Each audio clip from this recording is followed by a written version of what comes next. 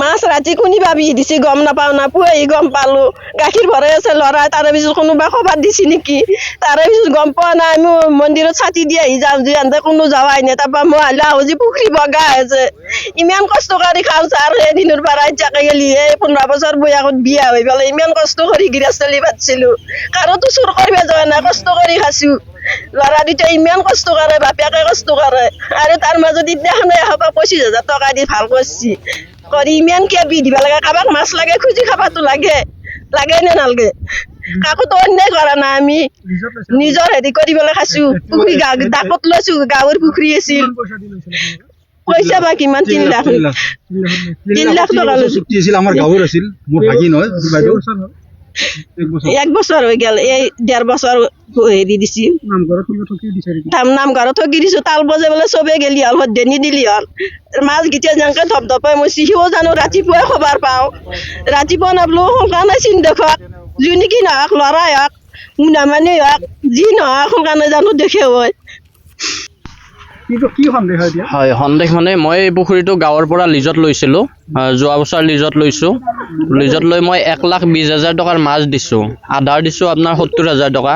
কিন্তু কোনোবা দুৰ্বৃত্তই যোৱা ৰাতি বিষ দিছে বিষ দিয়াৰ ফলত গোটেই মাছখিনি মৰি গৈছে গম পোৱা নাছিলোঁ যিহেতু মই মোৰ ডায়েৰী ফাৰ্ম এখন আছে মই তাত ব্যস্ত থাকোঁ ৰাতিপুৱাৰ ভাগত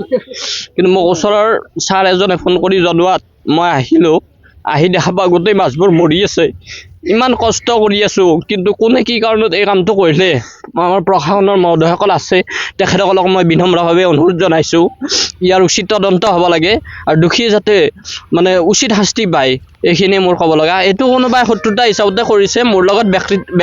ব্যক্তিগত শত্ৰুতা আছে তেখেতসকলে কৰিলে হ'ল কিন্তু এই পুখুৰীটো মই ৰাখিছোঁ হয় কিন্তু মই ৰখাৰ বিনিময়ত এখন ৰাইজৰ মানে এটা লাভ হৈ আছে এই মন্দিৰৰ নামত 3 লাখ টকা পায় 3 বছৰত কিন্তু ইয়াত ব্যক্তিগত মোৰ অকলে লাভ হোৱা নাই ৰাইজৰো লাভ হৈছে যিহেতু পইচাটো মানে মন্দিৰত যায় কিন্তু ব্যক্তিগত শত্ৰুৰ কাৰণে তেখেতসকলে ৰাইজৰো ক্ষতি কৰিলে আৰু মোৰ যথেষ্ট ক্ষতি হ'ল 3 লাখ টকাৰ মই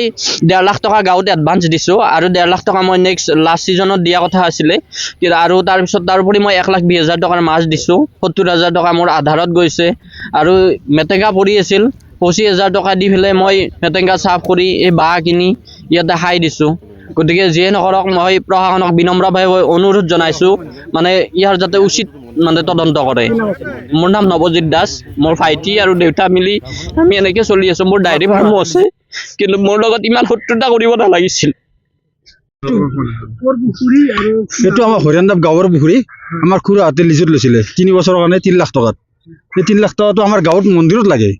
এখেতসকলে ব্যক্তিগতভাৱে যদি কিবা আক্ষেপ আছিল বেলেগকৈ কৰিব আছিল এখেতসকলে মাৰক কিন্তু এইটো ইমান অপমানিত কাম কৰিব নালাগিছিল আমাৰ গাঁৱৰ বহুত ক্ষতি হৈছে